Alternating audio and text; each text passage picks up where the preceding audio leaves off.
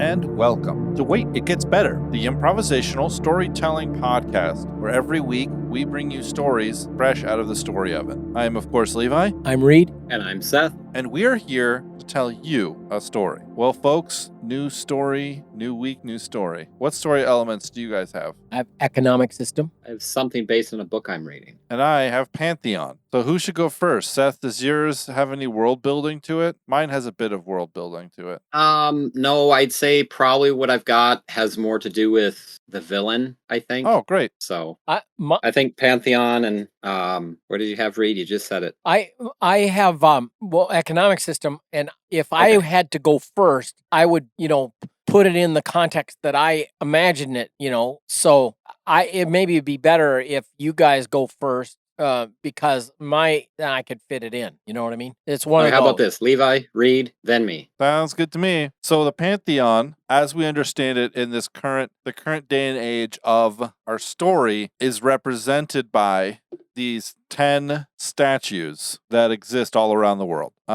There's some male, some female, but the primary thing with these is that as like in D&D, when you have certain gods, they're like, this is the god of this thing, and he is chaotic neutral, It's like really specific what these gods stand for, right? Unlike the sort of Judeo-Christian God, the God of the Bible, which is like, he kind of stands for everything. These 10 gods each are different aspects of reality. So there's a statue of a woman that's, 15 feet tall, and she's outside the oldest college / learning center / university style thing that exists, right?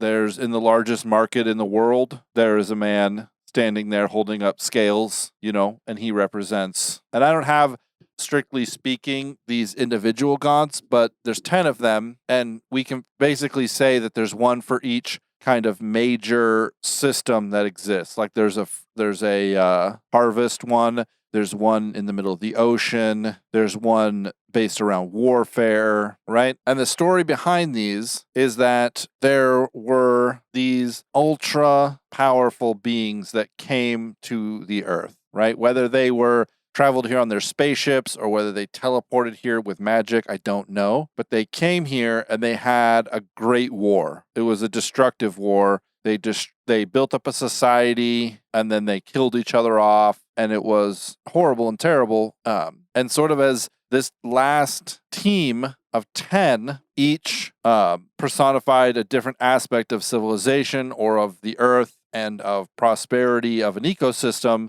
all decided and designed together a race.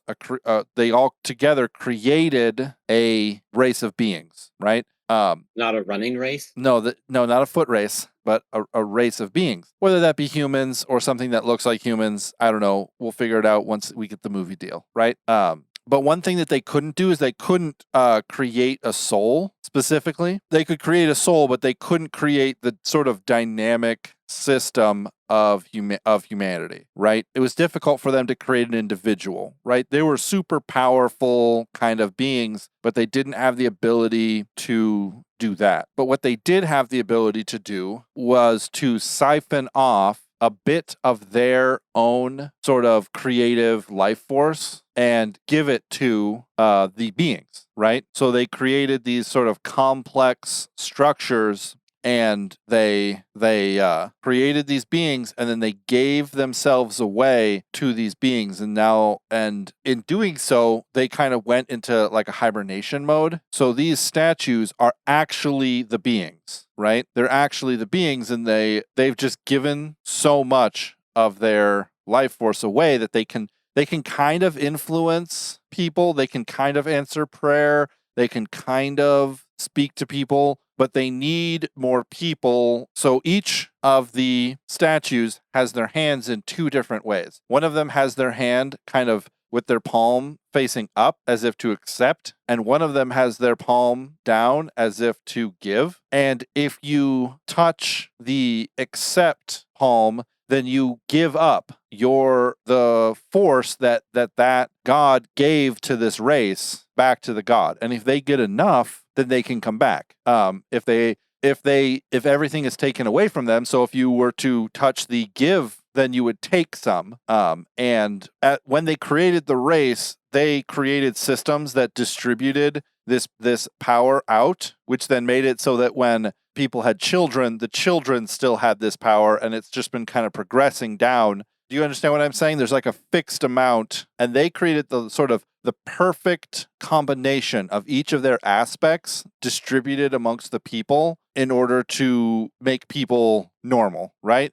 But if you go to the trading statue, which is guarded night and day, and you're able to touch and take from the giving, then your luck will increase. There's tons of things that will increase with your ability to kind of see markets and, horse trade and stuff like that. If you make the pilgrimage out to the middle of the ocean to the giant lighthouse where the statue is and you are able to touch him and fight through his protectors and touch the give. But in the same way, if you touch the take hand, then that portion of you is taken away and given back to the god, quote unquote, little g god. But they worship these gods as gods because all their legends speak about these gods having created all of humanity, and people don't know that the statues are actually the sort of the forms, the shells of the gods. But you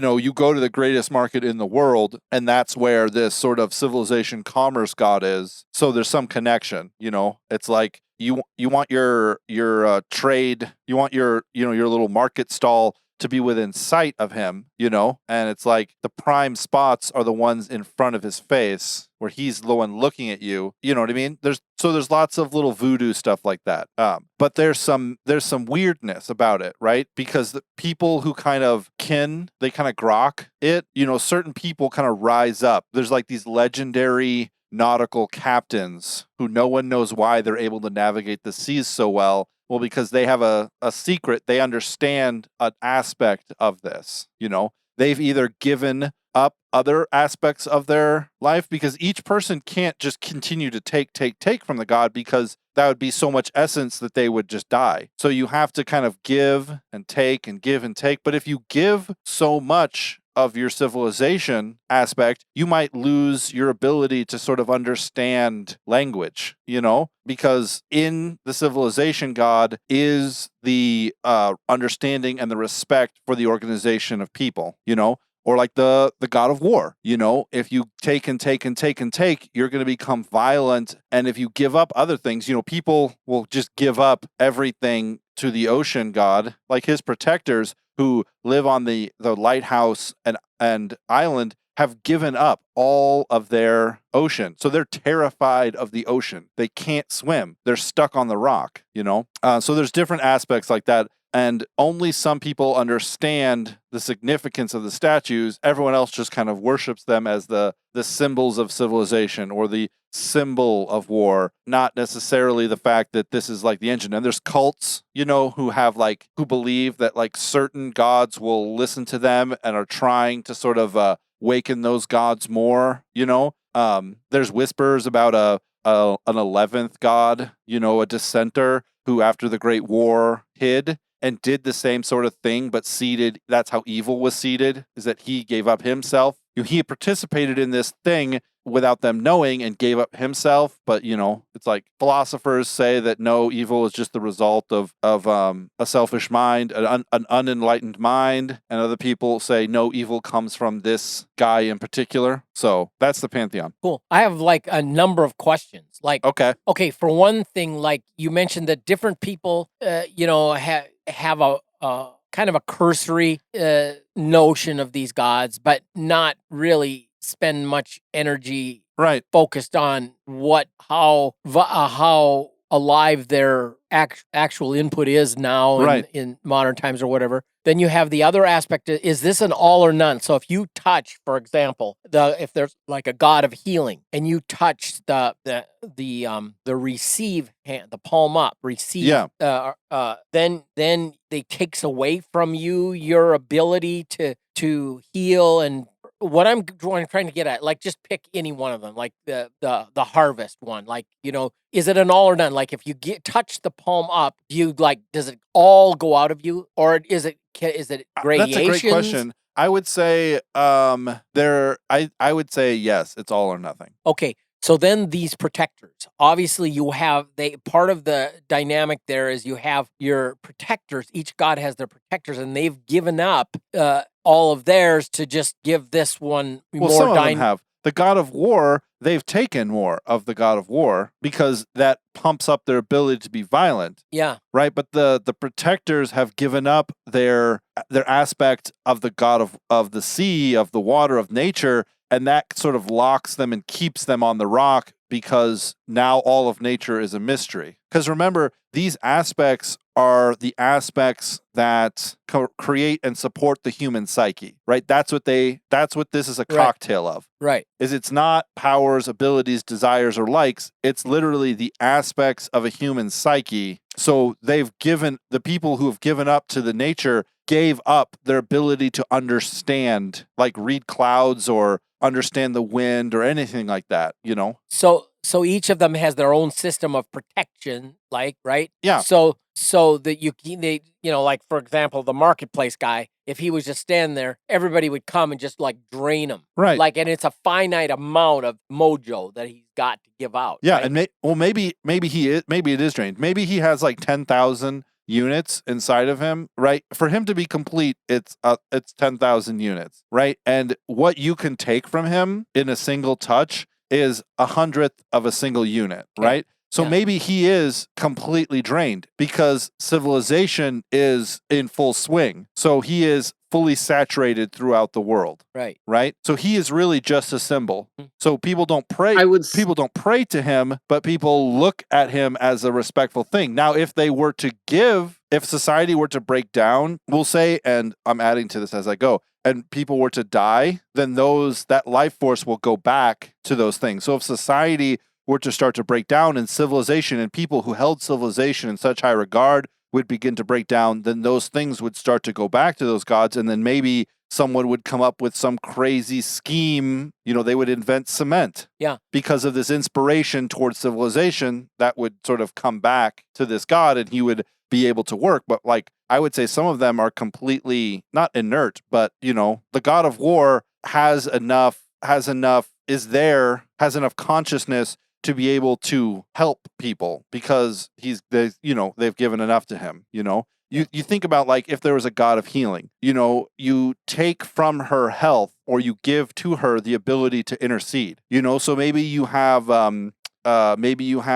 people who decide when they get a terminal illness to give up not their life but to give up their health to that god, to give that life force back to that god, and then to die in 6 months rather than a year. And then that god, kind of her sway and her ability to impact people's lives becomes more powerful. I'm not saying suicide. That's not what I'm saying at all. I'm just saying people they might, you have a young priest and he might, as an offering, sacrifice some of his life to her, right? Give up some of his life force. And so he ages a little bit, but he's given up, it's like a way of showing faith. Yeah. Okay. And I don't want to get weird. I'm not saying that people are sacrificing people to the gods, or maybe some are, but that's gross and screwed up. So what were you going to say, Seth? Oh, it was a couple things. One, I was thinking, but I think that got solved. The one thing that I thought of, that if it goes back, if someone dies. Yeah. But I was thinking that they might do that with criminals, that are going to execution, to bring them and make them give up any of that part to kind of the patron god of that area, right? Before they die. But if that happens when they die, then that's possible. It probably doesn't matter. Or you have, or maybe they're different. They're told that they can give it up right now. Maybe people who come into prison are forced to give up to the god of war, and they just lose any sort of aggression, and they just turn into kind of not vegetables, but just kind of they'll do whatever you tell them to. They have no self-preservation anymore. Yeah, and that was kind of the other thing I was going to get at, is kind of that, or you have the different orders where, the C one, where they might pilgrimage to, let's say, give up other aspects of different ones, so that, in a sense, the idea would be so that they're more committed Yeah.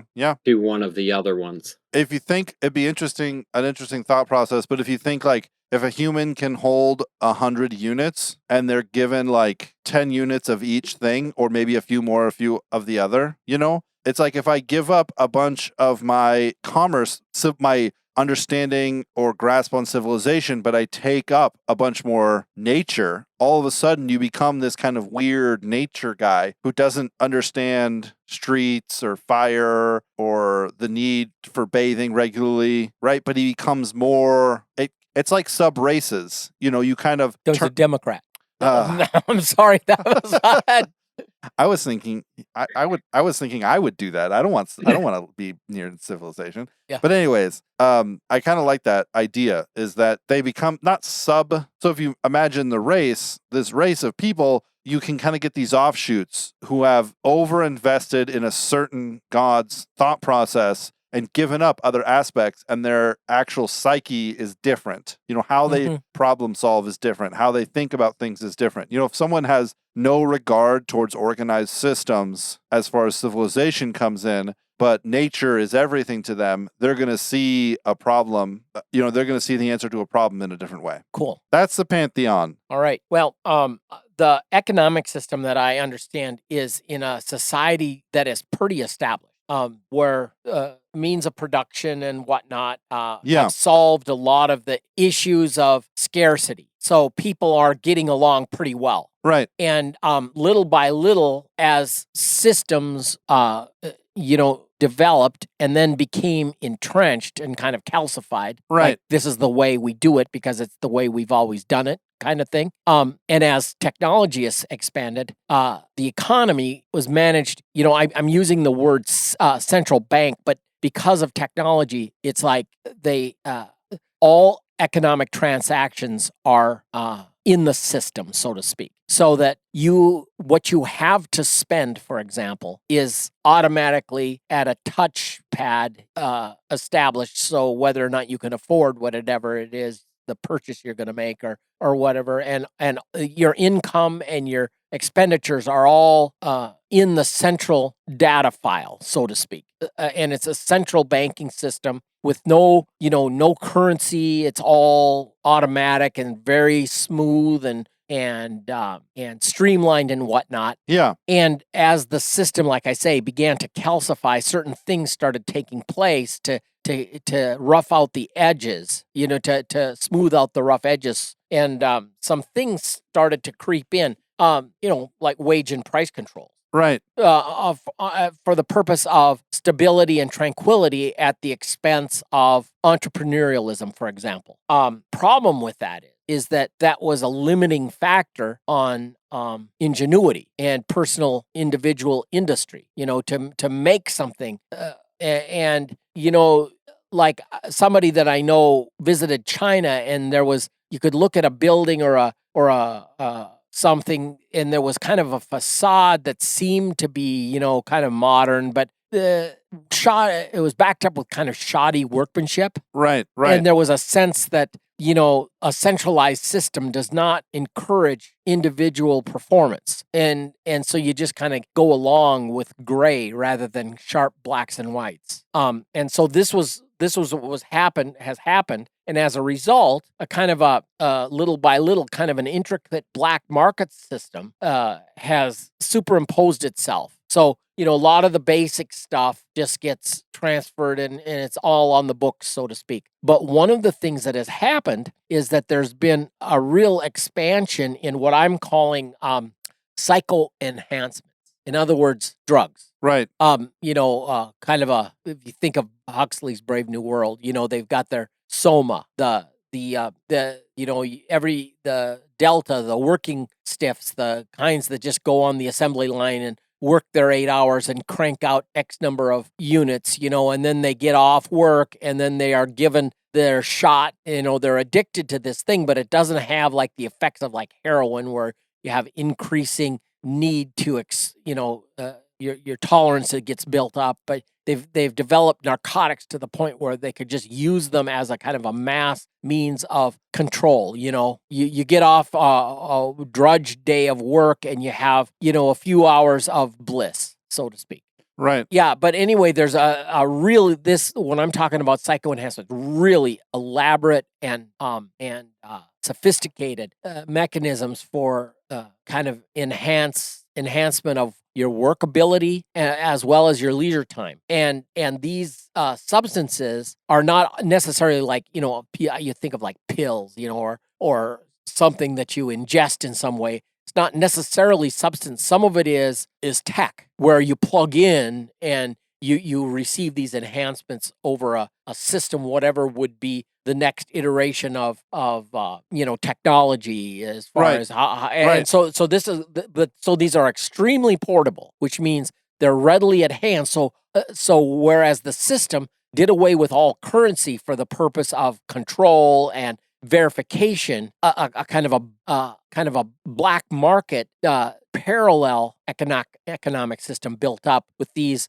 readily transferable, and the thing is, they're so sought after that you can just I used to joke about, like, if things break down, one of the things you want to have is ammunition, like especially for readily available calibers, like 12 gauge shotgun shells and 9mm pistol rounds that you can carry around in your pocket, and you can trade them for bread, or you can use them to help keep the bread you've got, or if you're not a good guy, you can use them to take the other guy's bread. You know what I'm saying? But the thing is, the thing about currency is that fits in your pocket. You can whip out a roll of cash and you can pay for stuff. Well, that's kind of that. But then what it did is that it created a market for higher quality. So what happened is, so you sell your widgets or whatever on the regular system, but people have been complaining about them breaking down and not being reliable. And so engineering people that, have gone to the god of, industry and whatnot, they've been able to make advancements, but they don't give it up for the price because of the price fixing, this government system, there's no incentive. So what you do is you trade your high quality goods and merchandise and services on the black market for these enhanced, these psycho enhancements, so to speak. So anyway, that's what I'm looking at, is kind of a very central, organized, set in stone, cashless society, but with this parallel economy of a kind of a black market kind of thing. Does that make any sense?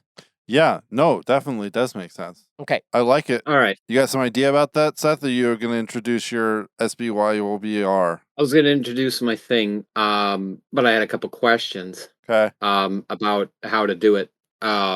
So the this Pantheon thing, in your mind, as far as what you have in mind, are you presupposing that these are the good guys, bad guys? The Pantheon? Yeah. They're just the guys. Okay. They basically fought, and I guess you could technically call them good, because they created this race and then voluntarily gave up their own ability to sort of move around and do things to give this race, all of their energy. So that sounds kind of like I guess it kind of answers. But it also could just be unless you had in mind like something where you were talking about this other guy, maybe he was more of like this. Well, I think that there's a possibility. So my idea is that they created, like, when they created this race, for some period of time, the race was alive while they were still moving around the earth, as they were trying to figure out why the race wasn't like taking off or doing anything. And slowly they developed this ability to sort of siphon off their essence, which is why we have stories of them still being like in power and majesty, right? And then slowly the quote unquote gods diminished, because as people started to have more children, they started to give more and more of themselves away. And then in this giving themselves away, if there was an 11th god who was sort of, my idea is that a bunch of these creatures came to this world and fought for thousands of years. And at the end, it was only the 11 left. But they thought that there was 10 left, but the 11th was hiding. So they created kind of this this race that was meant to kind of grow up and maybe become them someday, replace them in power and glory. But then there was this 11th one who put into them bits of himself, which were corruption and evil and stuff like that. So Okay. Good. Yeah. Okay. So that kind of answers my question for how I want to frame, and it actually works pretty good. I think I've got Okay. the idea here.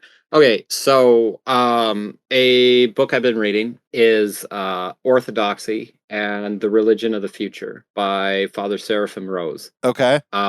So in there, from a perspective, if people want to know what this is, I think he wrote it back in like 73 or 75. I think an updated version before he passed away came out, and This is somewhere 1973 or 1975? 1975 or 76, I think, or something like that, when the some of the last kind of additions or epilogues were put in it to before he died. So like the second edition or something like that, second or third one. But anyways, it's coming from a perspective of one, kind of presenting some things with the Orthodox faith, but then in countermeasure, looking at things that are creeping in into Christianity in general that are ultimately creating this religion of the future.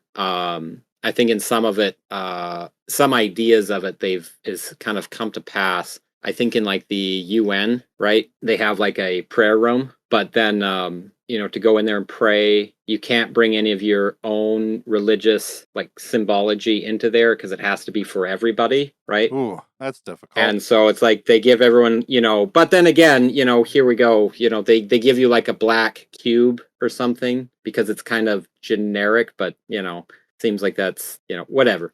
And so it's the idea of it like washing down to like a universalistic idea that everyone's experience with God is with the same God. And so Buddhism to Hinduism to Christianity or Islam or Judaism or I don't know, Hare Krishnaism or whatever, it's just everybody's different cultural association to God. And so and what he's presenting is as time, gets closer to the end, that concept is going to creep in and kind of wash out Christianity. Okay, that sounds interesting. Kind of into this androgynous, kind of like, oh yeah, we're Christians or, kind of whatever. But then they kind of accept that, someone worshiping Buddhas, it's the same as worshiping Christ, but, it's just a different flavor of God, and kind of putting that into a perspective, with ideas of that as it moves towards, as it is the end, that the, part of the deception, in the end time will be the, exception of pagan practices as if they are nothing different than their own, and kind of accepting a false concept of stuff. But anyways, that's what the book is about, if anyone is interested. Cool. I've just about got to the chapter where he starts going to talk about UFOs and stuff like that, so I'm curious. That's great. That actually sounds really interesting. But yeah, I have a little bit of an idea, being that I listened to one of his lectures where someone asked him about something and he said something, so I kind of have an idea of where he's going to go with it, but I'm still kind of excited to get into seeing what he has to say about UFOs, if anyone's into that stuff. But anyways, the first little bit that I've read so far, that it has to do about some of the concepts in like particularly like Hinduism and some of the Buddhist stuff, particularly the Hinduism and like yoga and all this like meditation and a lot of the stuff from the East that has creeped in and is kind of putting the wool over people's eyes as to where its end goal is, and kind of getting, in this case, Christians to accept some of these practices that ultimately kind of funnel back to some of these yogi and Hindu deities, which are ultimately almost completely antithetical to anything Christian. Right. But so some of those concepts in there, which I think will fit into this well enough, is this idea that one of those practices that, started with, it started quite a while back, but even then back in like the 60s and 70s, everyone was getting into this kind of the religions of the East were starting to hit the West a lot harder. Yeah. Yeah. And so it's been really interesting because I've, studied some of that, as it was, being involved with martial arts and different things. So there's a lot of this stuff that I'm, kind of aware of, but it's just like not realizing that it's like even more so than I ever kind of thought. But one of the things is about some of like the different meditation stuff, kind of cycling back power to something else that's not proper. And so I'm going to use some of that idea. So in this thing, which I think it'll work out well, if to kind of pull into this villain, this other 11th god idea. So everyone's kind of giving and receiving different aspects, and there's ups and downs, goods and bads to all of that. But kind of take this concept, perhaps something that is eking in is this kind of meditatal idea where you're giving up. Right. So one of the it's like things with the meditation, it's like a new craze about how to do things. yeah, but not like how to do things, but it's like unbeknownst to you, you're giving up a lot of this power that you have, right, to this other deity, right.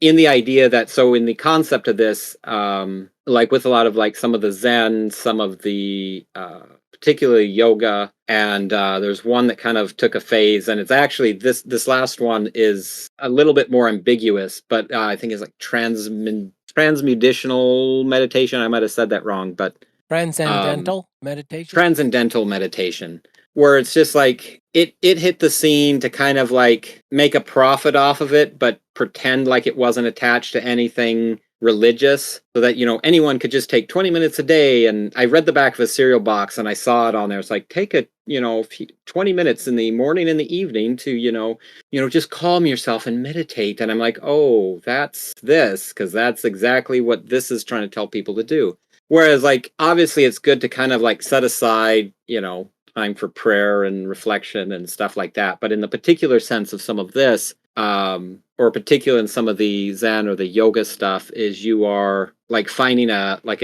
lack of better terms, that inner peace idea, where a lot of people will use this in any of their religious practices, and they'll say, oh, I know we were all at a certain thing where the speaker talked about Christian yoga that he attended, and has that idea where it gives an amount of peace because you're, in essence, letting go of certain things, right, opening up, really, and kind of getting kind of a small amount of calm, like peace with the world around you. right. But ultimately, what you're giving is opening yourself up to, all kinds of different like spiritual attachments that are kind of attached to this, kind of an emptying a vessel idea. And if it's empty of everything, then it's kind of acceptant of everything else around it. Yeah, I get it. I have this, and so I think that what's going on is this thing is creeping in, where then the people in the know, who then want, let's say, more power for themselves or whatever, want the general populace to give up more of their thing. And so by doing this, maybe you're not giving up like a whole aspect, but it just kind of eats away at little aspects as you just kind of like step back and kind of, what's the one where you just like don't, is it nihilism? Well, what are you getting at? Is nihilism is the one where it's like nothing matters, and right? Yeah, I don't know what the So exact that would, definition of nihilism, but it's like there's nothing after this. So Eat, drink. yeah, so maybe kind of like a concept of that, where that it's like maybe not all at once, but keeps breaking down and inching away through like an emptying out without having to touch the statues. And maybe that's why it's going back to this other deity, this more like kind of hidden, unseen one, is then he's receiving the power off of these people that are then, reaping a little bit of benefit of this, because it's like, oh, now I can, calmly go through traffic, and, now these things just don't worry me anymore. And this is just kind of like, oh, at peace. But then you have to kind of do more. And then like, it's like that little bit isn't good enough, so you have to do more. And then that kind of scratches the itch. And so then that works for a minute, and then you have to do more. right. Until it just kind of... And I can see that these drugs that Reed was talking about that are part of his economy are ways that people, they've been created by powers that be to make turmoil in people's lives, to drive them towards this thing, but it's also ways to sort of tap into the different aspects, kind of like a program to tap into the different aspects and maybe flare up the portion of the war god, which is competition, which is, the portions of the psyche which have to do with aggression, which isn't all bad. It's competition, it's authority, it's assertiveness, it's standing up for yourself. It's all these different, but it flares it up and they become kind of crazy. These drugs can do this where they just become kind of crazy, or it flares up a different thing. I've heard of a lot of people who have taken acid, and then I had a friend who had a trip on acid, and he was just having a terrible time the entire time, talking about how terrible stuff was. But then after he came off of it, he said how much he learned and how it was just peaceful and beautiful. And it's oh, it wasn't peaceful and beautiful for us, my dude, And in the same way, the people wake up from this weird trip and they're like, wow, what a great experience. And everyone else is like, you're in jail because you assaulted people with a knife. Right. And he's just like, what are you talking about? And then that sort of forces people to be like, okay, go to this mental hospital. Mental hospitals aren't bad, but go to this mental hospital or go to this prison or practice this regimen, in order to cure your maladies. You could even have it where there's propaganda that speaks to how just really bad aggression is. And yeah, we force it away from criminals, but you could get rid of some of your aggression too, and they sort of herd people into sending this energy that leaves them to this 11th god instead of who it's supposed to return to. Oh my, we've got a good villain here. Because the answer is, what needs to happen is, as soon as that whichever god gets enough power put back to them and wakes up and gets enough wakes up enough that they can start seriously answering prayers and interceding directly. And then even if the statue doesn't wake up, people will flock to them. And it's who is going to get the most support first, Yeah, that's pretty cool. I don't know, Seth, if that adds on to your thing. No, it works. It works perfectly, I think. Seth, this is sort of an aside, but when you were talking about, I'm old enough so that I kind of remember the 60s and 70s. And, when George Harrison of the Beatles, they picked up the sitar and recorded some and went through his Eastern mysticism phase, right? And then Keith Richards, I saw an interview, Keith Richards of the Rolling Stones, who's standing there with his ever-present bottle of Jack, and they said, well, what do you think? Are you going to go the way of the Beatles and Eastern mysticism? He says, nah, I draw the line at Swami's. I just thought, as he took another swig from his bottle of Jack Daniels, I thought that was really funny. Or what was the band read that was kind of decent, but then they just kept they had brain salad surgery. Oh yeah, they just Emerson, Lake and Palmer. Yeah, they just kept going into it, and it just kept getting weirder and weirder until you just couldn't really understand what in the world they were doing at the end. Yeah, well, Emerson, Lake and Palmer was absolutely fantastic. Their Threshold of a Dream, and oh man, or was that that was the Moody Blues? I forget. Anyway, Emerson, Lake and Palmer, fabulous. Were one of the pioneers of the electronic explosion in rock music, the Moog synthesizer and all that. And then by the end, they put out an album called Brain Salad Surgery that was just gone, just flat gone. Those poor people, they were toasted, and I guess he had to be there, but it was cool. Yeah, there's a video game called Cyberpunk 2077 based on a universe, a kind of a cyberpunk universe, and they have this thing where you can get augments, like new eyes or new arms, or you can get cool augments onto your body. But your psyche can only hold so many because it's connecting to your brain, and people who get too many and can't handle it go psycho, right? So then they turn into these sort of murderous maniacs because they have new legs so they can run at 50 miles an hour, and they have new arms so they can punch through a brick wall. And so you have to go, and I think it's an optional thing or not, but a person will be like, hey, can you go and kill this psycho over here? And so you travel to that part of the city, and then they're typically crazy, and you try to reason with them or try to talk to them. And I think there's some options for saving them, but I don't know. That was just a thing I was thinking about when you were talking about this. These kind of intense experiences, not just pacifying people, but also hyping them up, People aren't just swallowing pills to like forget their day of hard labor, but they're also swallowing pills when they want to like fight a guy in a bar, anyways. So I think that's good for this week. We've done some interesting world building. I think it's good. We'll come back next week with some additional, unless anyone has any cool ideas here at the end of all things. Reed? Yep. No. Okay. Thank you everyone for joining us for this episode of Wait It Gets Better. If you would like to contact us with your cool ideas, you can send us an email at waititgetsbettercast@gmail.com, or you can follow us on Twitter at @getsbettercast. I'm happy to hear your suggestions, have a conversation about your cool ideas. And until next time, just hold on, guys. Just wait, okay? It's going to get better next time. Bye.